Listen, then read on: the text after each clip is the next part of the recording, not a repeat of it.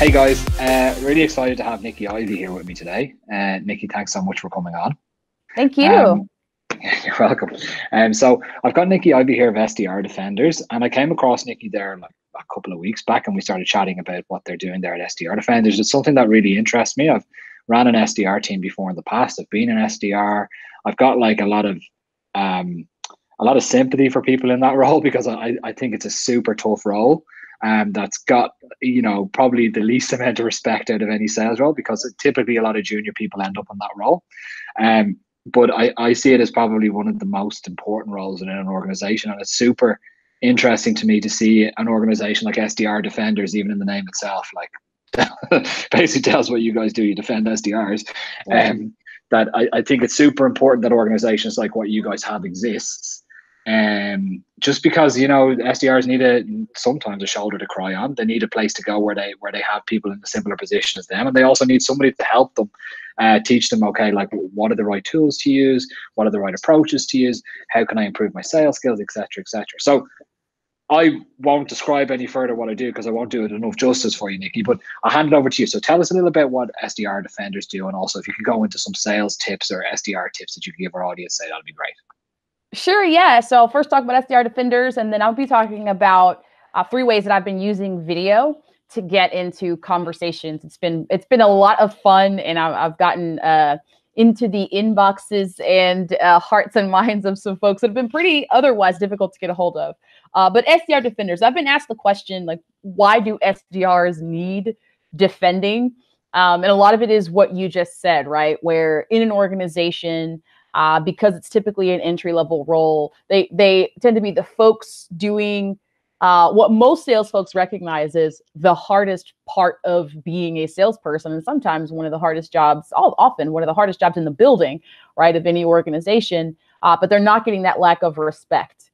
And so they need defense against things like that culturally. They need defense against folks that make it way more difficult and complex than it needs to be for those folks to promote, whether they're wanting to advance into account executive roles or SDR leadership or marketing or whatever, what have you. They need an advocate there a lot of the time. And then there's just a lot of noise out there as far as folks giving advice to salespeople, especially new salespeople. And it can be really tough to navigate, what to be implementing, who to be listening to. And so while we're not here to tell people who to listen to, we felt a responsibility to put out information that was actionable, directed, and tailored specifically toward SDRs, and that came directly from the experience of me and the 4 other professionals that are involved in this. So that's what we do. And ultimately, it's a mission to transform the way organizations support and lead folks in the SDR role. So it's exciting stuff. Let's go through some interesting tips that you have around video content, because I'm super interested to hear what you have to say. Yeah, I think one of the biggest things that SDRs can do, really always, but especially in this climate, as things have just been turned upside down, and everybody's sort of looking for a way to, a lever to pull, right? Because it can be tough doing outbound phone calls right now. It is certainly tough crafting outbound emails. And I imagine most of the folks that my SDR friends are out there trying to get a hold of, their inboxes have blown up. So we got to start thinking about other ways. And there's 3 tools I'm using on video that I've had some success with and been sharing with other folks who are having success to get in front of the people that you want to get in front of. Now, I will say that this mostly applies to if your prospect base is you work in the B2B space, and if they exist on LinkedIn. I know that's not the case for everyone, but these work best in that case. Some of them, though, the first one I'm going to go over can work on other social platforms as well. But so the first one is Ripple. It's one of those, if you've ever been scrolling through Instagram and just see like an ad and you're like, whatever, that's not real. Well, I clicked on this ad for this video app. And what it is that you can create little personalized, like a video image Those are two opposite things. Like like a video card to someone who you're trying to get in front of. So what I've done, the way I've used it is I've taken something that they said on LinkedIn, right? Because that's typically what folks are personalizing around. They'll start a cold email, for instance, like, or a cold LinkedIn outreach, something like, hey, you know, I saw you post XYZ, and that's why I'm reaching out to you, something of that manner. But that still kind of gets lost because everyone is using that language in the beginning of their outreach. So the way that I'm using these ripple videos is I'm taking a quote that person said and basically making a quote post, the way that you see on Instagram. I'm making one of those, but with something that this individual said and using their image, and then just posting it on social and tagging them in it. And I've had a lot of success. Folks like John Barrows, Scott Lee, Scott Barker, saw videos like that I made for them and regrammed them to their Instagram stories. Scott Lee retweeted it and addressed me directly, like, hey, thank you, this is really cool.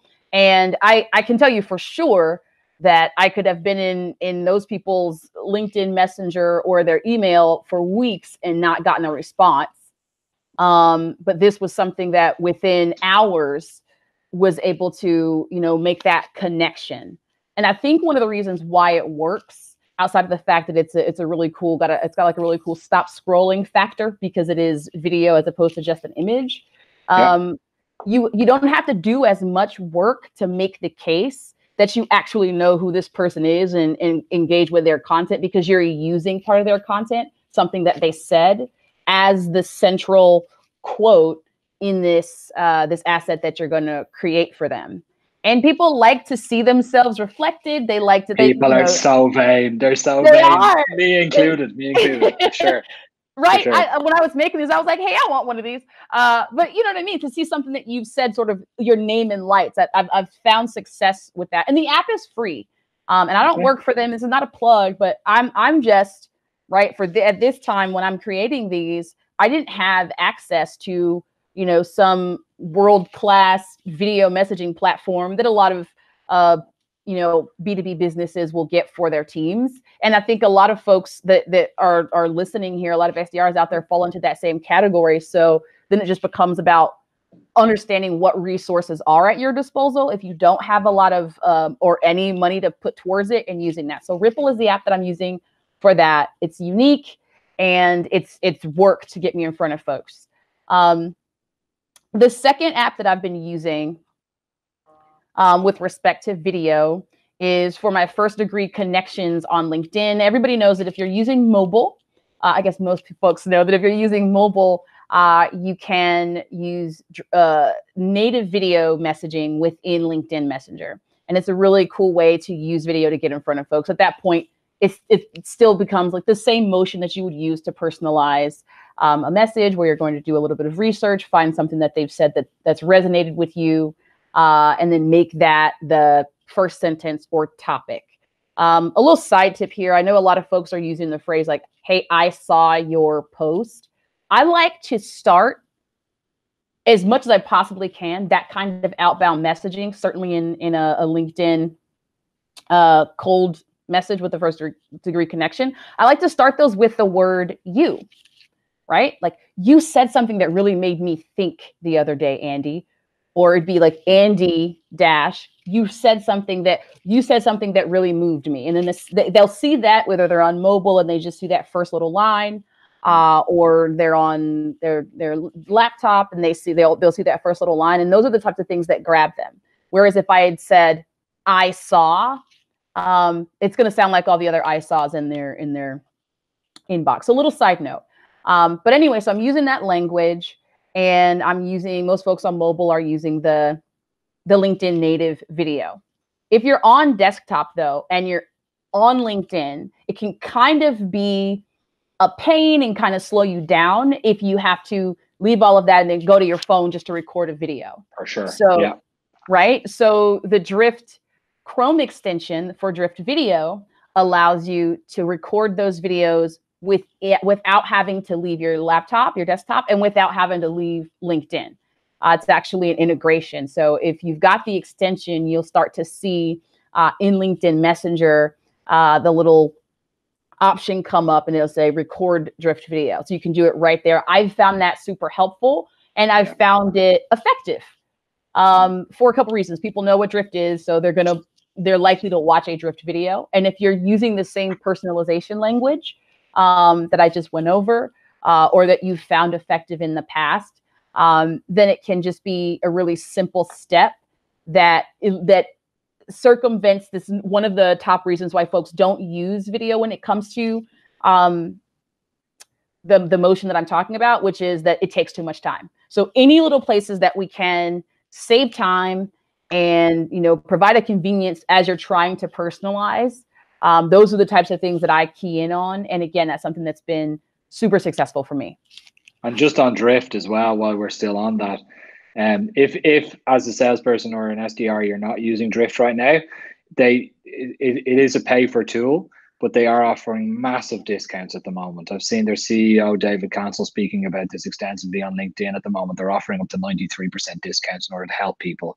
So drift, if you're looking for a chatbot tool or a chat tool or a tool that, like just what you mentioned there, Nikki, like now is the time to invest in drift because they're really open to helping people. So yeah, just wanted to add that. And just like Ripple, of course, there's a pay version of that. The drift extension is free, right? You don't have to pay for anything to have to use that. And those are the folks I'm really like looking out for at this point, is like, if you don't have an org behind you paying for a big fancy software, this is something you can do today to get in someone's inbox. And I've contacted folks like Colin Cadmus, and I have sent Scott Lee's many a drift video. I'm a huge fan, and other sales leaders, and I can tell you that with the right personalization, folks respond to it.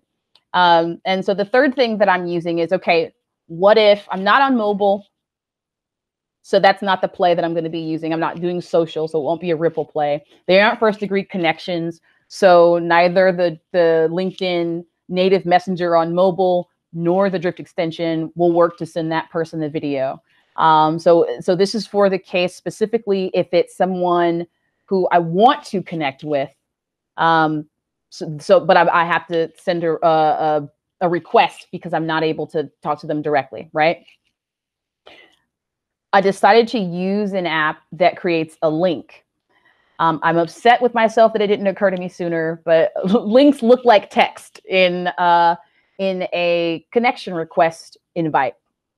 And so, and we can go back and forth about whether or not it makes sense to personalize a message, but specifically if you're wanting to leverage video on like the first try with LinkedIn, I've found this successful. So all you're going to do, again, you're not spending any more time on research than you ordinarily would to craft a personalized message. All you're going to do is the same thing. Hey, you said something that resonated with me.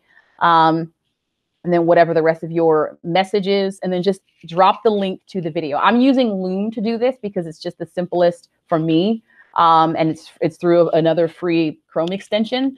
Of course, you can also generate a link using Drift Video. But for me, I've been using Loom for that purpose. And so again, what I've done is craft the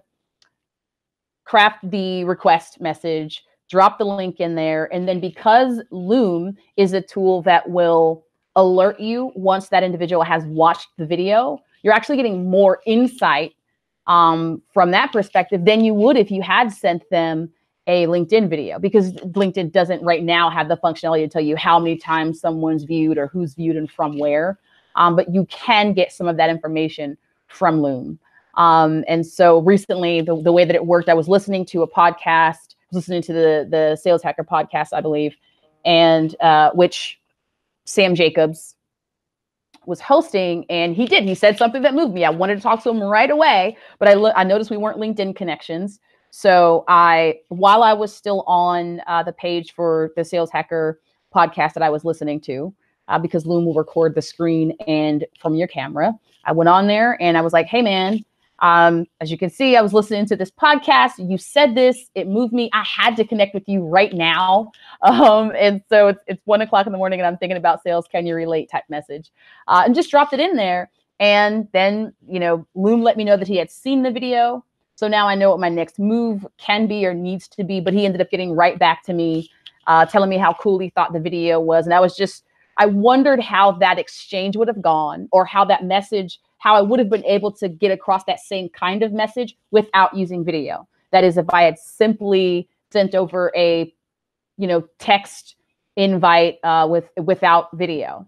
And in my experience, the response hasn't been as strong. The connection hasn't been as strong when I'm not using all of the tools at my disposal when it comes to getting in front of people. And particularly for SDRs, and particularly right now, that's what's important, right?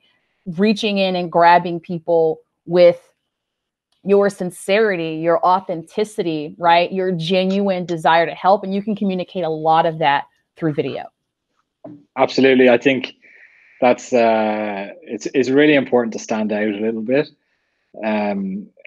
Some of the absolute shocking cold messages or cold calls or cold emails that I've gotten over the years, I mean, just try to put a little bit of personalization into it, or show a little bit of your personality. Even, it doesn't even need to be personalized.